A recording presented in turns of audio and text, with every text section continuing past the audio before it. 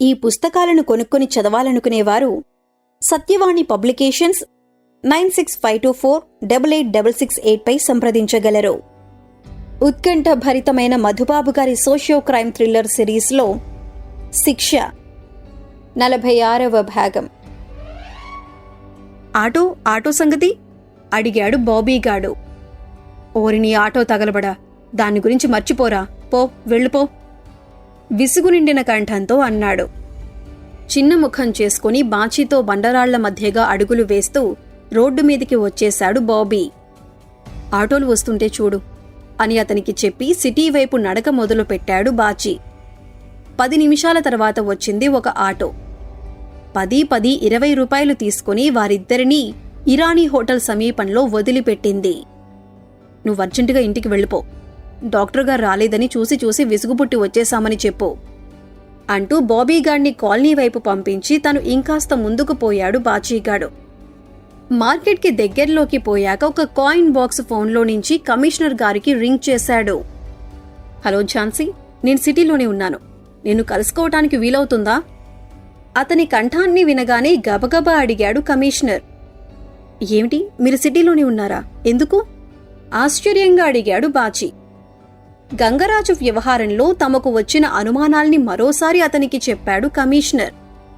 ఇక్కడి వాళ్లతో మాట్లాడడానికి వచ్చాను, బట్ పనయ్యేటట్లు కనిపించటం లేదు. ఇక్కడి వాళ్ళు ఇంకా 2 రోజులు నాకు దొరకరు, వేరే మీటింగ్స్ ఉన్నాయట అని కూడా అన్నాడు. ఆ మాటల్ని వింటూ టైం అయిపోబోతున్నప్పుడు బాక్స్లో కాయిన్స్ని వేస్తూ ఊకొడుతూ ఉన్న బాచీ మనసులో తళుక్కున మెరిసింది ఒక ఆలోచన.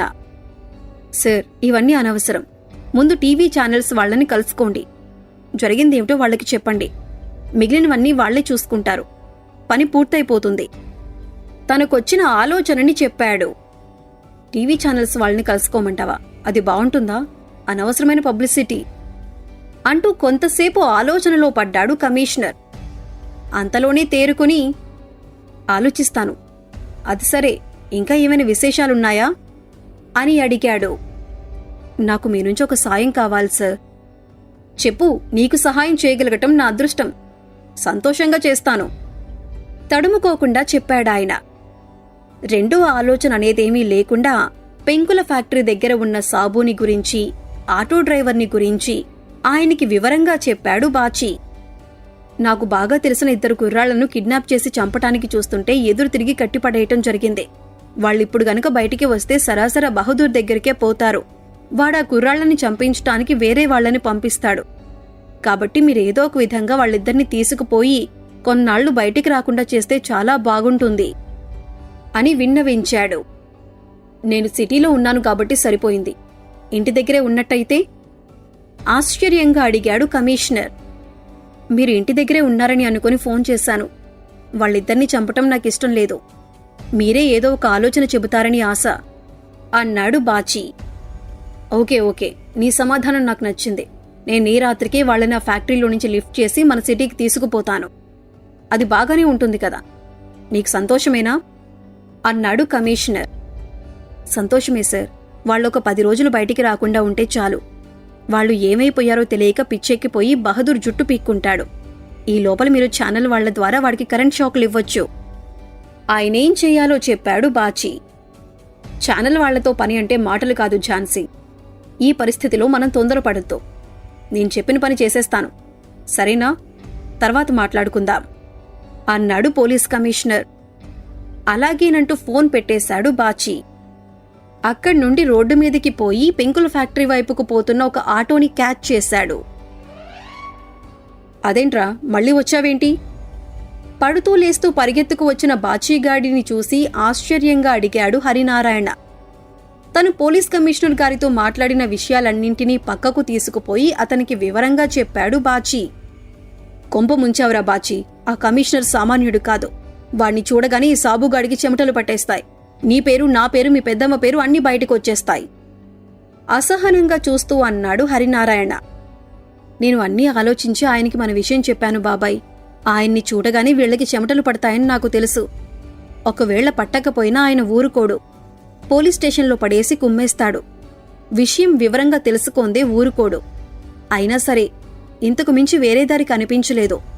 నువ్వెన్ని రోజులు వెళ్ళ కాపలా కాస్తావు? వీడు మనల్ని బెదిరించినట్టు నిజంగానే ఆ బెనర్జీ ఇక్కడికి వస్తే? అడిగాడు బాచీ.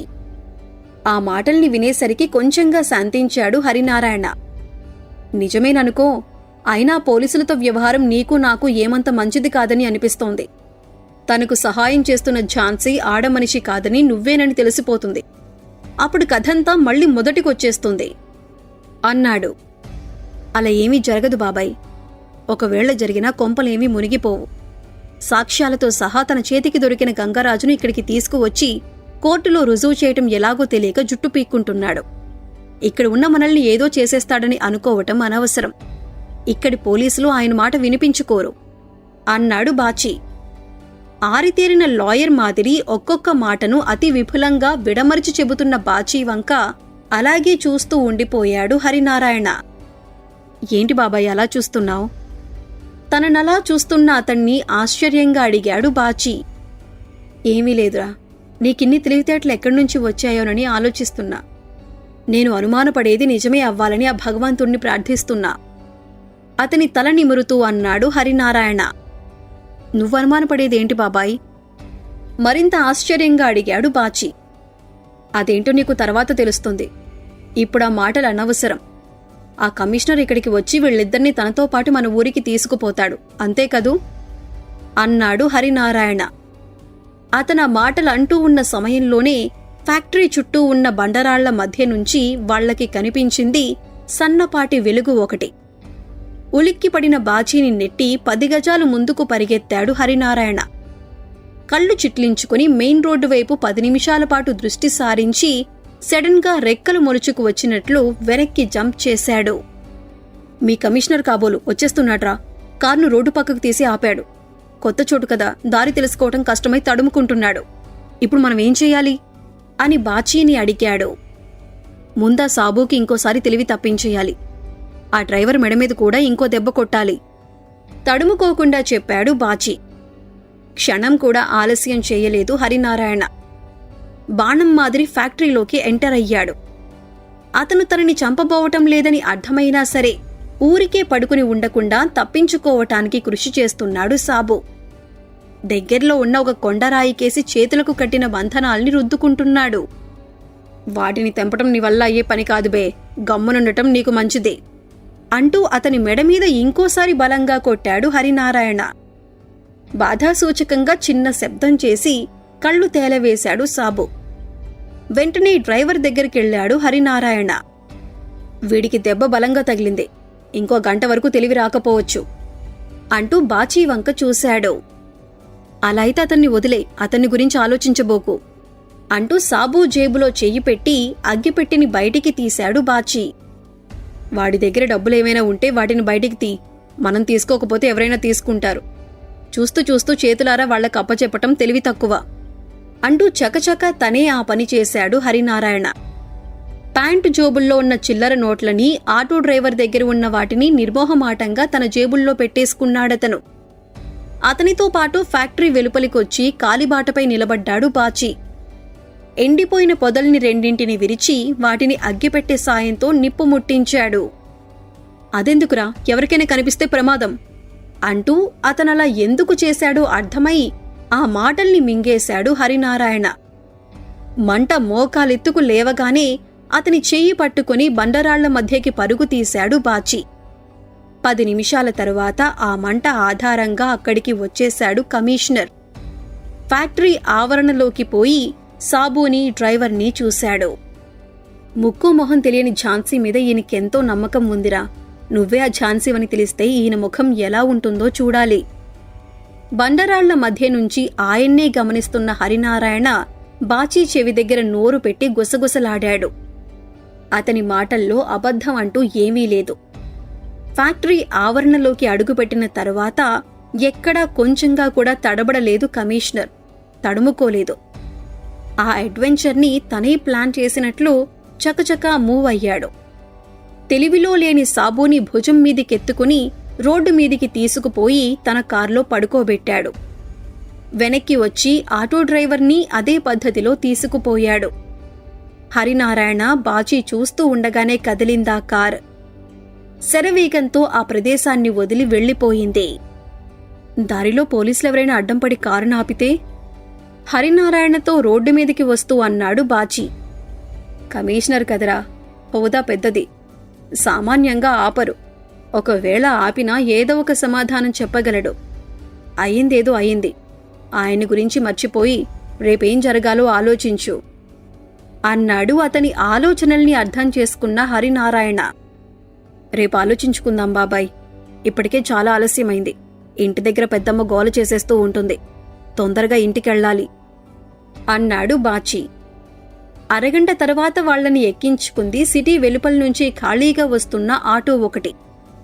ఇరానీ హోటల్ దగ్గర దిగిపోయి పరుగులాంటి నడకతో కాలనీలోకి ఎంటర్ అయ్యాడు బాచి.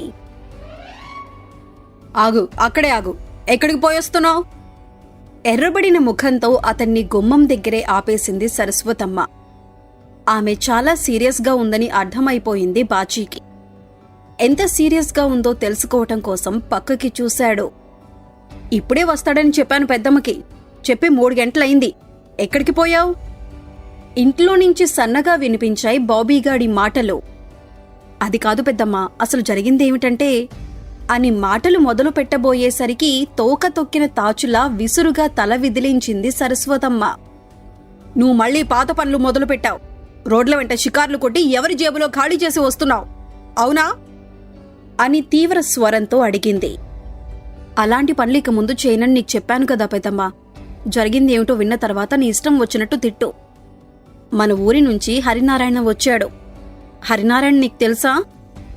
ఆమె తిట్టటాన్ని పూర్తి చేయకముందే గబగబా మధ్యలో దూరి అన్నాడు బాచి. ఎవడ్రవాడు, నీలాంటి తలకుమాసిన వెధవేనా? ఆగ్రహంతో రగులుకుపోతూ అడిగిందామె. తలకుమాసినవాడే పెద్దమ్మా, నీ మాట కరెక్ట్. అయితే నీకు తెలియని మాట ఇంకోటుంది. ఇక్కడ వీరేన్ దాదా దగ్గర పనిచేసే కోటిగాడికి ఫ్రెండట. కోటిగాడంటే ఎవరో అర్థమైందా అడిగాడు బాచి. తెరిచిన నోరు తెరిచినట్టు ఉండగానే గుమ్మంలో చతికిలబడిపోయింది సరస్వతమ్మ. ఆమెకు తెలియకుండానే ఉబికొచ్చాయి కన్నీళ్లు. అర్జెంటుగా ఆమె ఎదుట కూర్చున్నాడు బాచి. అవును పెద్దమ్మా, పెదనాన్నతో ఆ హరినారాయణకి చాలా బాగా పరిచయం ఉందట. వీరేన్ దాదా ఎక్కడికి పోయాడో హరినారాయణకి తెలిసి ఉంటుందని నాకు అనిపించింది. అతన్ని మాటల్లో పెట్టి పెదనాన్నని గురించి ఇంకాస్త తెలుసుకోవటానికి ట్రై చేశాను. ఆలస్యమైపోయింది. నువ్వు కంగారుపడి నా కోసం వెతుకుతావేమోనని మధ్యలో లేచి వచ్చేశాను అనునయంగా అన్నాడు. వీడు, ఈ అనాకారి వెధవ అతన్ని చూశాడా? లోపల ఉన్న బాబీని తలతో చూపిస్తూ అడిగింది సరస్వతమ్మ. చూశాడని చెబితే తనకు ఎందుకు చెప్పలేదని ఇంకో తగాదా స్టార్ట్ చేస్తుందన్న భయంతో తల అడ్డం తిప్పాడు బాచి. వీడు చూడలేదు పెద్దమ్మా. చూస్తే కనిపించిన వాళ్లందరికీ టామ్ చేసేస్తాడన్న భయంతో నేనే చెప్పలేదు.